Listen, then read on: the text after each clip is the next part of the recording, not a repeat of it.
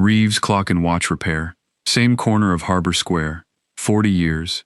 A mantel clock, wrapped in a towel, set down on my counter without a word. It stopped 3 years ago. Please don't ask me why. 2 days before that, her sister had already looked me dead in the eye and dared me. I dare you to fix it, Tom. And I dare you to be the one who carries it back to her. I should have asked why. I didn't. I opened the back panel that night, alone in the shop, and found something tucked behind the gears. A folded letter. Handwriting I almost recognized. The date at the top. The week Vivian Marsh passed. 3 years back.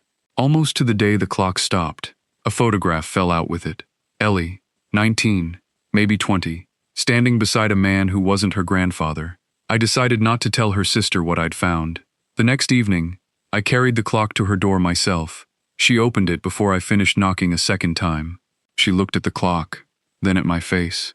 You read it, didn't you? My name is Tom Reeves. I'm 34 years old, and I fix clocks for a living. My shop sits on the corner of Harbor Square, same spot my father worked for 40 years before me, and his father worked there for 20 before that. The sign out front still says, Reeves Clock and Watch Repair, in the same paint my grandfather mixed by hand. The bell over the door still has his dent in it, from the year my father dropped a wall clock and caught the bell instead, out of pure instinct, the way you catch a falling child. I never fixed that dent.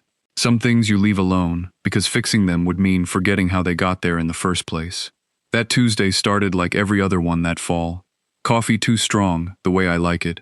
Radio turned low, playing something from 30 years ago that nobody under 50 would recognize. My father's old workbench still set up exactly how he left it, magnifying glass hanging on its hook, tin of loose screws he never bothered to sort, even though I've got 3 newer benches now and haven't needed his in years. Habit, I guess. Harbor Square wasn't doing so good that fall. Half the shops along the block had paper signs taped in the window. Closing soon, moving inland. One that just said, sorry, and nothing else. Rent kept climbing every quarter, and nobody said the word out loud yet, but everyone was thinking it. Something was coming for this street. You could feel it in the way people said good morning to each other now, a little too carefully, like they were already saying goodbye. The bell rang at 11:40. A woman walked in carrying a mantel clock wrapped in a bath towel, holding it the way you'd hold something breakable, and something you didn't fully trust yourself around, both at once. I knew her, same as everybody in Millbrook Harbor knew her. Ellie Marsh ran the flower shop 2 doors down, had for 15 years, kept the whole square smelling like something good, even in the dead of February when nothing else was blooming for 40 miles. She had on a green apron dusted with soil at the pockets, like she'd walked straight over mid-morning without stopping to think twice about it, before she lost her nerve. She set the clock on my counter without asking the price, without small talk, without the usual back and forth people do in a town this size where everybody's known everybody since grade school. It stopped 3 years ago, she said. Her voice was flat, careful, like she'd rehearsed the sentence a dozen times in her head so it wouldn't come out any other way. Please don't ask me why. I looked down at the clock, then back up at her, and for a second, I almost did ask anyway. Something about the way she said it made the question feel dangerous, like there was a whole life folded up behind those 7 words. But I've learned over the years that some people hand you their pain wrapped in silence on purpose, and the kindest thing you can do is not unwrap it before they're ready. So I just nodded. Then she was gone before the bell even finished ringing behind her, out the door and back down the sidewalk toward her shop, walking fast, the way people walk when they're trying to outrun a feeling that's already caught up to them. 2 days before that, her sister Rachel had come in and set down a different kind of weight on that same counter. Rachel's not a woman who talks in half sentences, never has been, not since we were kids running around this square together. She looked me straight in the eye, arms crossed, and said, "That clock belonged to our grandmother. It's going to stop mattering to anybody if somebody doesn't fix it soon, and I mean that in more ways than one." I told her I'd get to it sometime that week, same as I told most customers, and started to turn back toward the bench. She didn't let me get that far. "I'm not asking, Tom. I'm daring you." That stopped me cold. Rachel doesn't dare people. Not since we were 12 and she dared me to jump off the harbor pier in October and I actually did it. "I dare you to fix it," she said, quieter now, watching my face the way she does whenever a conversation gets near anything real. "And I dare you to be the one who carries it back to her yourself, not me, you." Because you've been hiding behind that bench for 15 years, fixing everybody else's broken things, and never once handing anybody your own. And I think you know exactly why I'm asking you and not somebody else. I asked her why it had to be me. She just looked at me for a long moment, like she was deciding how much more to say. Because Ellie trusts people who don't ask for anything back, she finally said. And you've never once asked her for a single thing in 15 years, Tom. That means something to her, even if she'd never admit it out loud. So, do you take the dare or don't you? I didn't know what to say to that, so I just said yes, and she nodded once, like the matter was already settled in her head before she'd even walked through my door. I opened the clock that night, alone in the shop, radio off for once, just the sound of the town going quiet outside my window. The gears inside were old but not ruined, just frozen, stiff with 3 years of dust and stillness, the way most things get when nobody bothers to wind them anymore. I worked slow, the way my father taught me, cleaning each piece before I touched the next one. I was easing the back panel loose when something shifted behind it, a small give where there shouldn't have been one. A folded piece of paper, tucked flat against the wood in a gap no one would ever find unless they took the whole housing apart down to the frame. I almost didn't pull it free. I nearly just left it exactly where it was and put the clock back together whole. Gears and secrets both sealed up tight the way they'd been for 3 years. But my hands moved before my head caught up to them, and I worked it loose anyway. The handwriting was careful, old-fashioned, looping at the edges the way people used to write before anyone typed anything. I recognized the date at the top of the page before I'd read a single word of the letter itself, and my chest went tight before I even understood why. The week Vivian Marsh passed, 3 years back, almost to the day the clock had stopped. It struck me then that the two things might not be a coincidence at all, that maybe a clock doesn't stop because a spring breaks. Maybe sometimes it stops because somebody in the house decided, without ever saying it out loud, that time shouldn't move forward anymore. Tucked inside the fold of the letter was a photograph, soft and worn at the corners from being handled 100 times before somebody decided to hide it away for good. Ellie, young, 19 or 20 at most, standing barefoot on a dock somewhere with the sun behind her, laughing straight at whoever was holding the camera. The kind of laugh that comes before a person learns to guard themselves. Standing beside her, one hand resting easy on her shoulder, was a young man I didn't recognize at first glance. Not her grandfather. I know her grandfather's face by heart. It hangs framed on the wall of the flower shop, right by the register, right where every customer sees it walking in. This was somebody else entirely, somebody younger than that, somebody I'd never once seen or heard mentioned in 15 years of knowing this family. Not once, not even in passing, which told me almost as much as the photograph itself did. I sat with that letter longer than I probably should have. I thought about calling Rachel right then, handing the whole thing off, letting her decide what happened next, but something told me this wasn't mine to give away, and it definitely wasn't Rachel's to open first, not before her sister even knew it existed. So I folded it back along its old crease, slid it into my jacket pocket where it sat like a stone all night, and told myself I'd figure out the right thing to do by morning. I put the clock back together instead, every gear seated exactly where it belonged, every screw turned tight the way my father taught me. By midnight it was ticking again for the first time in 3 years, steady and quiet, filling the empty shop with a sound it hadn't made since before Vivian Marsh ever passed.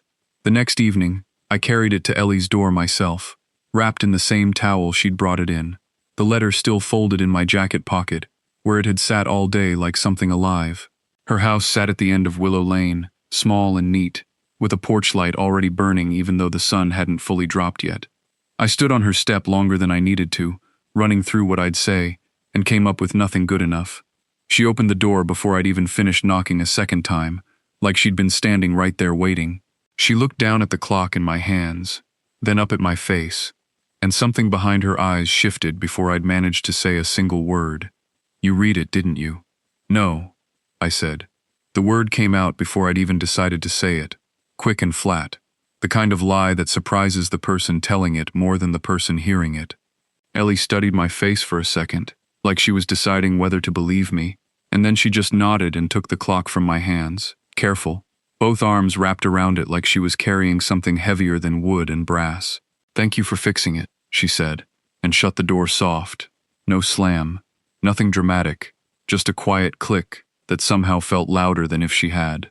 I stood on her porch a minute longer than I needed to, the letter still folded up in my jacket pocket, and I told myself the lie was a kindness.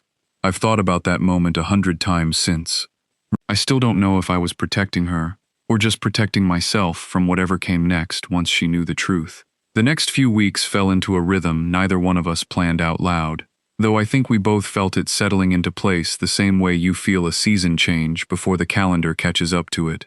Ellie started stopping by the shop most days around noon, on her lunch break, always with some excuse ready before I could even ask why she'd come.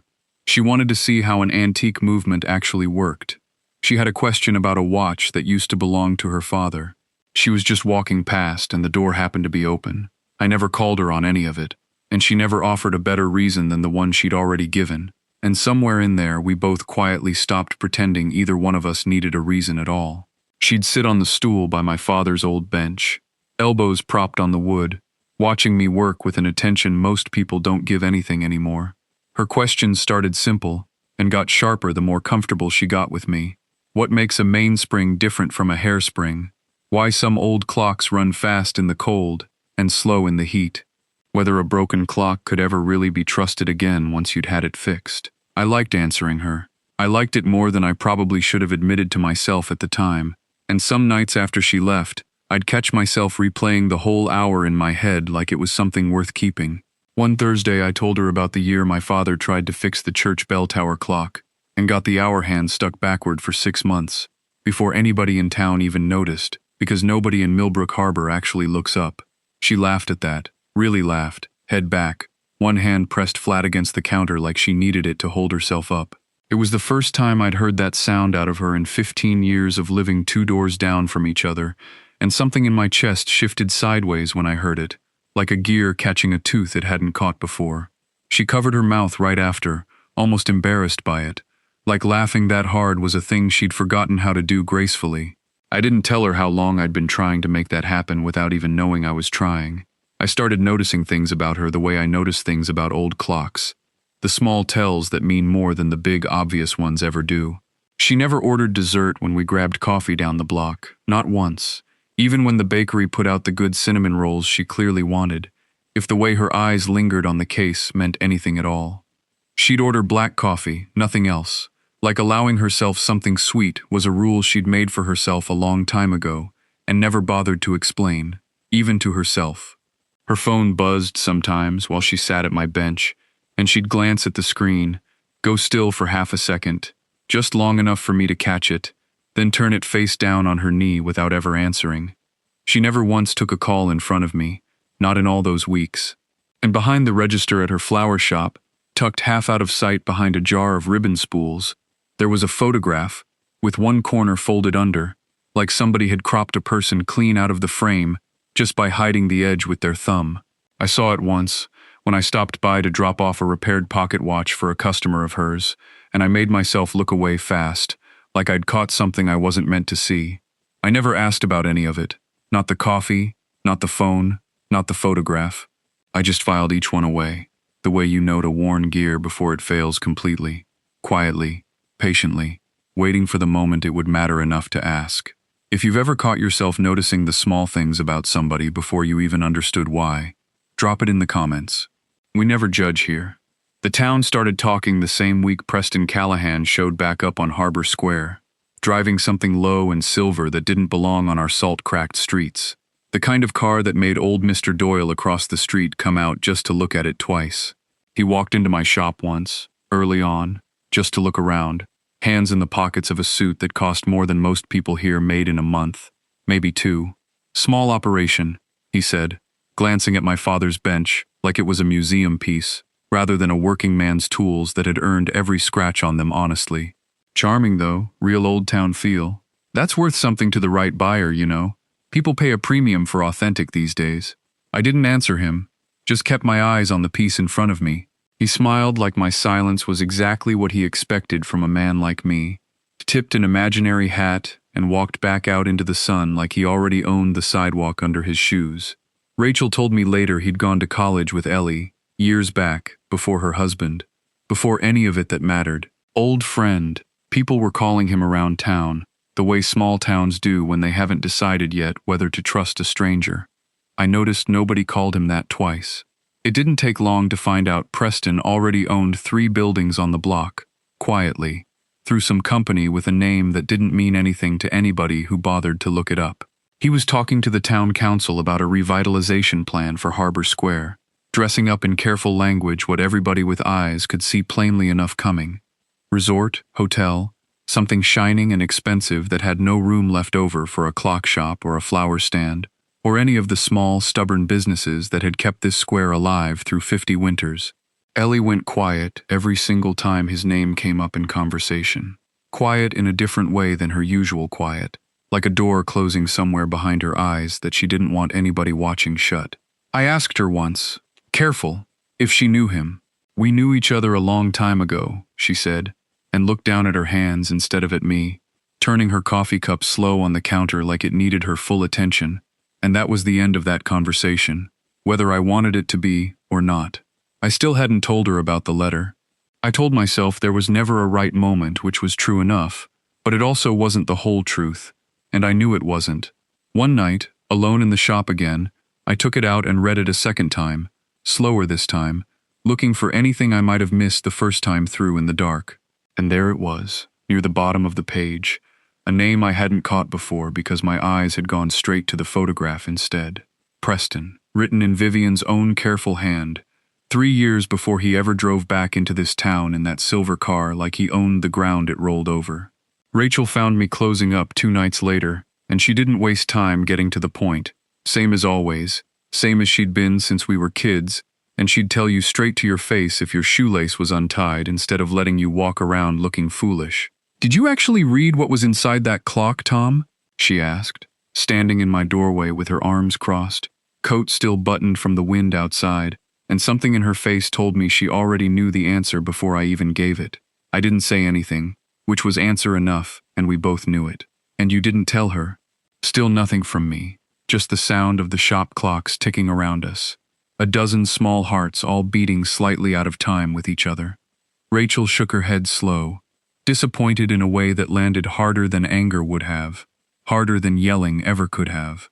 "That's the same thing he did to her once," she said, quieter now, almost gentle, which somehow made it worse.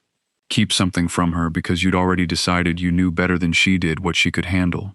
You want to be different from him, Tom? Then you better start acting like it, and soon, because a secret only stays kind for so long before it turns into exactly the thing you were trying to avoid."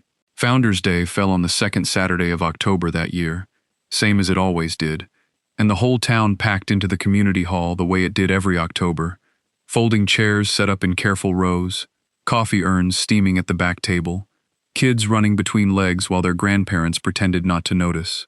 Preston Callahan stood up front in a suit the color of money, a slideshow behind him full of glass railings and rooftop lights, and a name for the whole project that sounded like it belonged in a brochure for somewhere that wasn't Millbrook Harbor at all. He called it a revitalization.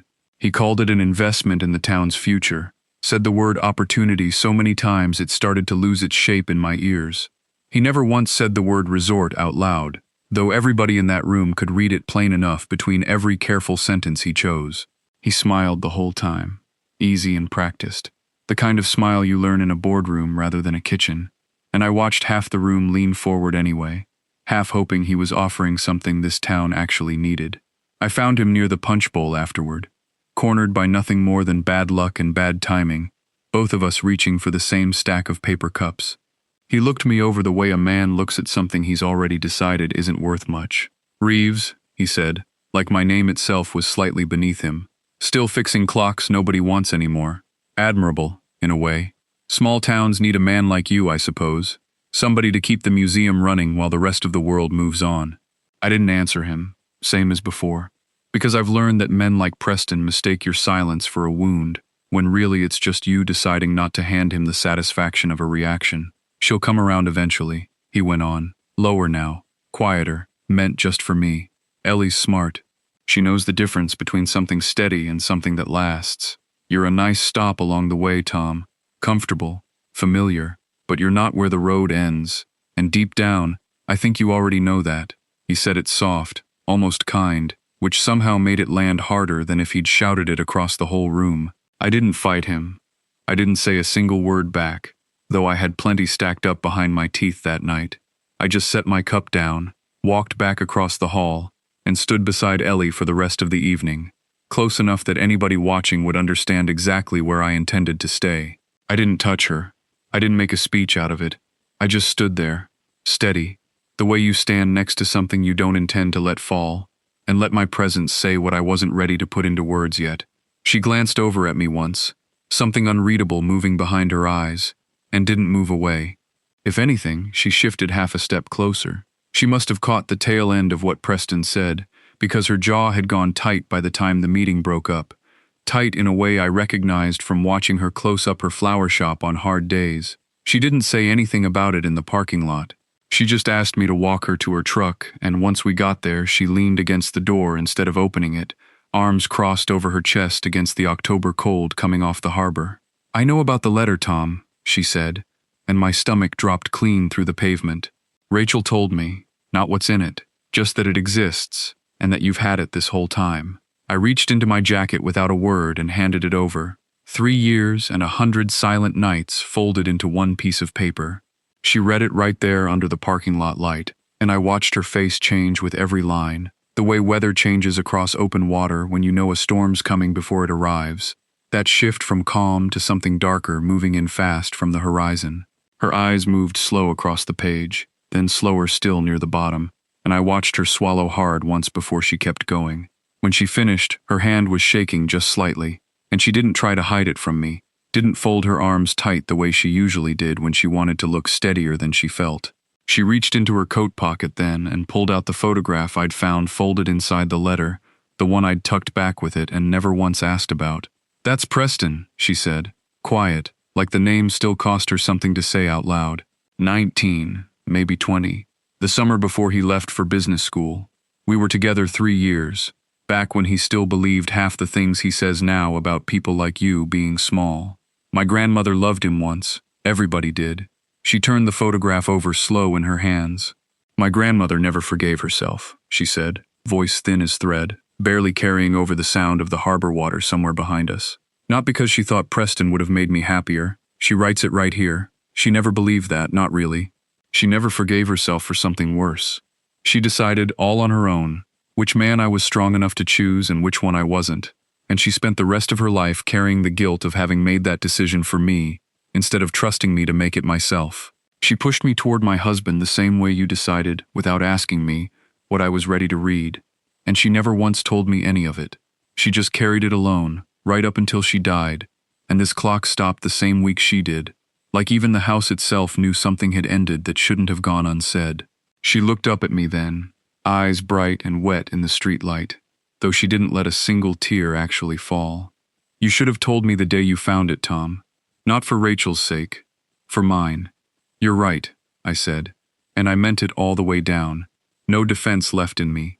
None I wanted to reach for. I was wrong to wait.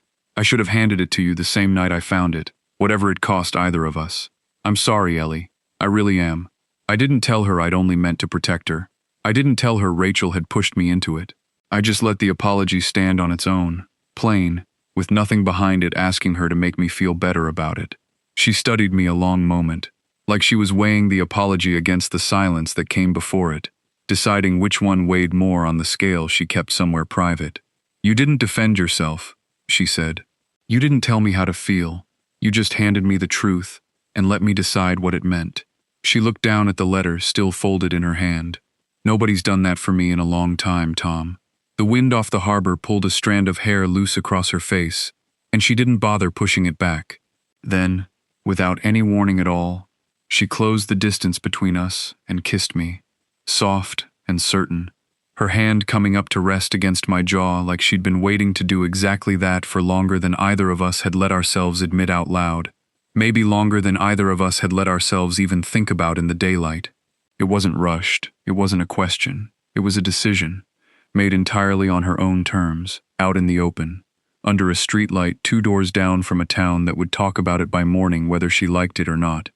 And for once in her careful, guarded life, she didn't seem to care one bit who saw. 2 days later, at the next open town session, Ellie stood up before anyone called on her, before anyone even asked, chair scraping loud against the floor in a room that had gone silent the second she rose to her feet. She told the whole room exactly what kind of man Preston Callahan really was, underneath that careful suit, laying out what she knew plain and clear for every person in that hall to hear for themselves. Her voice steady the whole way through, even though I could see her hands trembling slightly at her sides. She didn't raise her voice. She didn't need to. The room went dead quiet, the kind of quiet that has weight to it, that presses down on a space until somebody finally breaks it. Preston's smile finally cracked, just slightly, just enough for people to notice the man underneath it for the very first time, a flicker of something cold and cornered where the practiced charm usually sat. I walked to the shop the next morning with coffee in hand, still turning the whole night over in my head, warm from everything that had happened, and half convinced for the first time in years that things might actually be turning a corner for good. I stopped dead on the sidewalk outside my own front door. There was a for sale sign staked into the ground in front of Reeves Clock and Watch Repair, bright red letters catching the morning sun, a phone number I didn't recognize printed clean across the bottom. I hadn't signed anything. I hadn't spoken to a single soul about selling, not my landlord, not a lawyer, not anybody. Somebody had put it there without me, sometime in the night while the whole town slept easy, and I had a sick, cold feeling settling low in my stomach that I already knew exactly whose name was behind it. I found my landlord, old Walt Higgins, at the diner counter that same morning, coffee going cold in front of him like he'd been sitting there working up the nerve to face me. He didn't waste time once he saw my face. "Preston's people came to me 3 weeks back," he said, staring at his cup instead of at me. "Offered me more than double what this block's worth on paper. I told them no the first time, told them no the second time too, but they came back a third time with numbers that don't make sense to turn down forever, Tom. Not at my age, not with my knees the way they are now." My stomach went cold and hollow, the same feeling I'd had staring at that red sign an hour before. "The vote's not for another week," Walt said, finally looking up at me. "But even if the town says no to Preston's resort, that doesn't stop me from selling this building to whoever offers me the most money for it once I'm ready." "That's just how the paper works, son." I stood there holding my coffee, not drinking it, and understood for the first time that I might lose everything my father and grandfather built here, regardless of what anybody in that town hall decided next Saturday. Word of the for sale signs spread through Harbor Square faster than anything had spread in years, and by that evening half the town had already heard some version of it, most of them wrong in one detail or another. Ellie showed up at the shop just before closing, still in her apron, flour dusted across one sleeve from some arrangement she'd been working on. She didn't say a word at first. She just wrapped her arms around me right there in the doorway, held on tight, and said into my shoulder, "We're not losing this shop, Tom. Not to him. Not after everything." I wanted to believe her the way she said it, certain and unshaken, but I'd seen the numbers Walt was talking about, and I knew certainty alone doesn't always win against money. The Founders' Day vote fell the following Saturday, the 18th of October, and the community hall filled up tighter than I'd ever seen it, standing room only along the back wall, folding chairs dragged in from the church basement to make room for everybody who wanted a seat. Preston stood up front again, same slideshow, same practiced smile, laying out his final pitch for the council, and every voting resident crowded into that room. He talked about jobs. He talked about tax revenue. He never once mentioned Walt Higgins or the sign staked in front of my shop, and I understood then just how far his reach had already spread through this town, without most people even noticing. Ellie stood up before the council even opened the floor for public comment, letter in hand, the same one that had sat behind a clock's back panel for 3 years, waiting patiently for exactly this moment to arrive. Her voice shook at first, just slightly, barely enough to notice unless you were watching close the way I was, and then it steadied into something clear and carrying, as she read her grandmother's own words out loud to the whole room, every single person leaning forward to catch each careful looping sentence, like it mattered more than anything said in that hall all night. She read the part about the young man in a photograph nobody in that room had ever seen, a boy her grandmother had once loved like family before he ever put on a suit like the one standing at the front of the hall tonight. She talked plainly about the buildings he'd bought up quietly through names that didn't mean anything on paper, about the rents that had climbed twice as fast the moment his company started buying, About 3 shopkeepers on this block alone who'd already given up and moved on before anybody thought to ask why. She read slowly, deliberately, giving every word its proper weight, and the hall went silent in a way I'd never once heard it go silent before, not even during the town's moment of remembrance every November. Preston's composure finally broke, right there in front of everybody, some say, the mask slipping in one unguarded second he never fully got back. "This town has always been beneath people like me," he said, loud enough for the whole room to hear, loud enough that there was no taking it back once it left his mouth. I don't know why I expected anything different from a bunch of people who'd rather watch their own storefronts rot than take a real offer when it's standing right in front of them. The silence that followed was different this time, heavier, final. I watched faces around that room close against him one by one. Neighbors who'd been half convinced an hour earlier now looking at him like a stranger who'd tracked mud across their kitchen floor. The council voted that same night, right there in front of everybody, and it wasn't close at all. It wasn't only the letter that decided it, and I think everyone in that room understood that, including Ellie. It was the letter alongside everything else people had been quietly noticing for months and never quite said out loud together in one room until that night. The rents, the empty storefronts, the buildings changing hands through companies nobody could name, and now, standing in front of all of it, a man who'd just told this whole town exactly what he thought of them. Harbor Square would stay exactly as it was, no resort, no glass railings, no infinity pool where the flower shop and the clock shop had stood for generations of families who called this square home. Preston left before the applause even finished, didn't say goodbye to anybody, didn't look back once on his way out those double doors, and into whatever silver car waited for him outside. Walt found me in the crowd afterward, put a heavy hand on my shoulder, and said he'd tear up whatever offer Preston's people sent his way going forward. Said watching that man unmask himself in front of the whole town had settled something in him that 3 weeks of tempting numbers never once had. My shop was safe. Our whole square was safe, at least for now, at least for a good long while, maybe long enough to matter. Ellie and I walked back to the shop together after everyone finally cleared out, the night quiet and cold around us, harbor water lapping somewhere off in the dark past the streetlights. Inside, surrounded by a dozen clocks all ticking their own separate rhythms, filling the small space with 100 small heartbeats, she took both my hands in hers, steadier now than she'd been in weeks, maybe steadier than I'd ever once seen her in 15 years of knowing her face. "I spent 3 years afraid of what that letter might say," she told me, quiet, certain, her thumb tracing slow across my knuckles. "Afraid it would break something I'd already spent so long trying to hold together on my own, and it turned out to be the exact thing that finally set me free, instead of the thing that broke me." I kissed her then, slower than the first time. No streetlight audience this time, no crowd to witness it, just the two of us, and the sound of time, moving forward the way it's always supposed to, gear by gear, second by second, in no particular hurry anymore. "I'm not going anywhere," I told her, voice low against her hair, and for the first time in longer than I could remember, I meant every single word of a promise, the very moment I made it, no hesitation left in me at all. Spring came early to Millbrook Harbor that year, or maybe it just felt that way to me.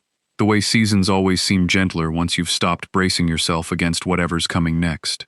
The mantel clock sits on Ellie's fireplace again, running steady, never stopped once since the night I first wound it back to life on my father's old workbench.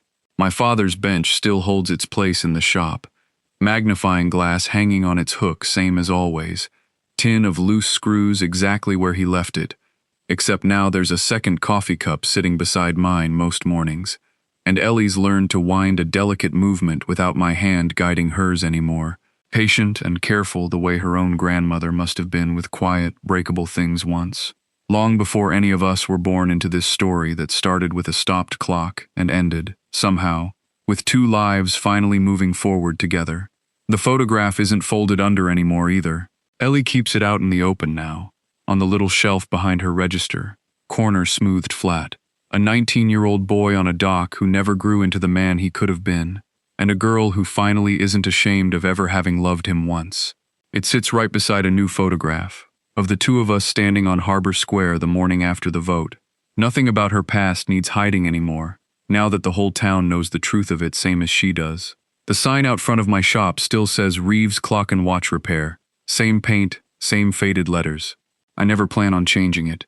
Some things you build from nothing, and some things, if you're patient enough and honest enough, you're simply lucky enough to keep. If this story stayed with you today, hit that like button right now. It costs you nothing, and it helps more people find Honeywood stories. Subscribe if you haven't yet, because we're here every single week, telling warm ones, real ones, the kind that remind you it's never too late for any of us. Drop a comment and tell me what stayed with you most. I check every single one, and I'll see you in the next story.